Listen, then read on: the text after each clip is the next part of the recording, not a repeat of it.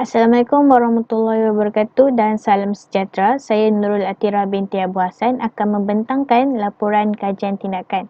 Tajuk kajian saya ialah kaedah bermain teka rasa bagi penguasaan kemahiran diri rasa terhadap kanak-kanak 4 tahun. Dan fokus kajian saya adalah untuk meningkatkan penguasaan diri rasa dalam kalangan kanak-kanak 4 tahun dalam bidang perkembangan diri dan pemahaman dunia persekitaran melalui kaedah bermain teka rasa.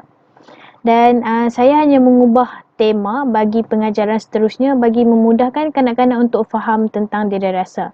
Seterusnya ialah objektif kajian. Saya memfokuskan kepada dua objektif kajian, iaitu objektif pertama ialah meneroka penguasaan kemahiran diri rasa dalam bidang perkembangan diri dan pemahaman dunia persekitaran terhadap kanak-kanak 4 tahun, dan objektif kedua ialah meneroka bahan pengajaran kaedah bermain teka rasa bagi meningkatkan penguasaan diri rasa dalam kalangan kanak-kanak 4 tahun. Kaedah pengumpulan data yang digunakan dalam kajian ini adalah melalui 3 cara, iaitu analisis dokumen dalam kurikulum permata negara, dan yang kedua pemerhatian melalui senarai semak dan gambar aktiviti.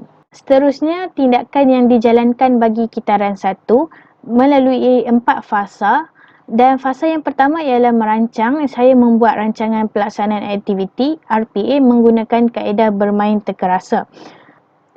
Dan saya menggunakan tahap perkembangan, iaitu boleh menggunakan deria untuk memproses maklumat.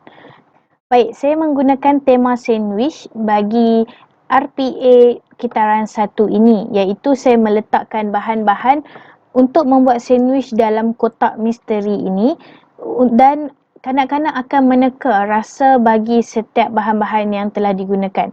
Bahan-bahan sandwich yang digunakan mempunyai diri rasa yang berbeza seperti masam, mayonis, masin, garam, manis, gula dan pahit salad. Jadi kanak-kanak akan meneka berdasarkan bahan dan rasa yang diletakkan dalam kotak misteri ini. Dan aktiviti ini saya namakan sebagai aktiviti bermain teka rasa.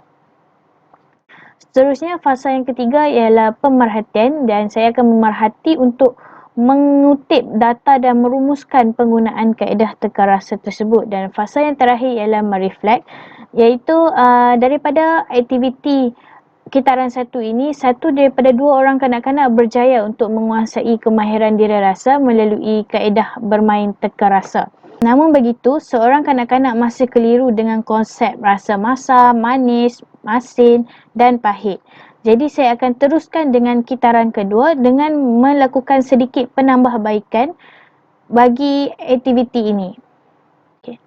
Bagi aktiviti kitaran 2 ini, sedikit penambahbaikan daripada kitaran 1, iaitu saya mengurangkan kepada 2 deria rasa sahaja, iaitu rasa manis dan rasa masam. Saya menggunakan tema buah-buahan untuk lebih dekat dan senang untuk kanak-kanak memahami diri rasa tersebut. Bagi RPA kitaran 2 ini, saya masih mengekalkan kaedah aktiviti bermain teka rasa dan hanya menukarkan tema kepada tema buah-buahan sahaja. Seterusnya, pada fasa yang ketiga, saya akan melakukan pemerhatian sekali lagi dan untuk mengutip data dan merumuskan penggunaan kaedah bermain teka rasa kepada kanak-kanak. Akhir sekali, fasa 4 iaitu mereflect, iaitu kanak-kanak dapat menguasai ketiga-tiga hasil pembelajaran, dan seterusnya kanak-kanak dapat menguasai kemahiran teka rasa. Dapatan kajian yang pertama ialah pembelajaran aktif. Melalui analisis dokumen kurikulum permata negara, kanak-kanak A dan B boleh menggunakan deria untuk memproses maklumat dalam tahap perkembangan deria dan pemahaman dunia persekitaran. Kanak-kanak ini dapat membezakan antara diri rasa dalam aktiviti yang dijalankan. Seterusnya, hasil pemerhatian melalui gambar aktiviti menunjukkan kaedah yang digunakan dalam pengajaran dan pembelajaran kedua-dua kitaran dapat melibatkan kanak-kanak secara aktif. Seterusnya, dapatan kajian bagi objektif kedua ialah kaedah bermain teka rasa. Melalui pemerhatian dan senarai semak, kanak-kanak menunjukkan peningkatan yang memberangsangkan dengan penggunaan kaedah bermain teka rasa ini. Ianya sesuai dan menarik perhatian kanak-kanak, dan pengkaji menggunakan bahan pengajaran mawjud dalam bermain teka rasa. Pengkaji dapat melihat bahawa kanak-kanak begitu teruja dan berminat ketika melakukan aktiviti bermain teka rasa ini. Kanak-kanak dapat menyebut dan membezakan rasa dengan betul setelah dibimbing oleh pengkaji menggunakan kaedah bermain teka rasa. Di sini saya lampirkan gambar aktiviti kanak-kanak A dan B dalam kitaran 1 iaitu menggunakan tema sandwich. Seterusnya gambar aktiviti kanak-kanak A dalam kitaran 2 iaitu saya menggunakan tema buah-buahan dalam konsep yang sama iaitu bermain teka rasa.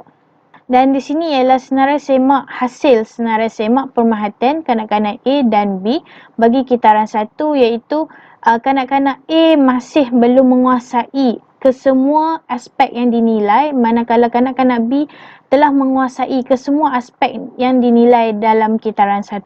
Manakala senarai semak pemerhatian kanak-kanak A dalam kitaran 2, kanak-kanak A dapat menguasai kesemua aspek yang dinilai melalui aktiviti yang sama dan dengan penambahbaikan daripada kitaran 1. Seterusnya ialah rumusan dapatan kajian iaitu saya melakukan kajian tindakan dengan menggunakan kaedah bermain teka rasa dan saya dapat membantu kanak-kanak untuk menguasai kemahiran diri rasa kanak-kanak. Dan akhir sekali ialah implikasi kajian. Melalui kajian tindakan yang dilakukan dengan penguasaan kemahiran diri rasa oleh kanak-kanak secara tidak langsung dapat menggalakkan kanak-kanak untuk bersosial dan berkomunikasi dengan lebih baik. Kanak-kanak berasa lebih yakin jika berbual dan bermain dengan aktiviti yang melibatkan penggunaan deria untuk menyampaikan maklumat. Pengkaji dapat menimba ilmu pengetahuan dan memperolehi pengalaman baru dalam mengenal pasti masalah pembelajaran kanak-kanak serta merancang intervensi yang sesuai untuk membantu kanak-kanak mengatasi masalah yang dihadapi.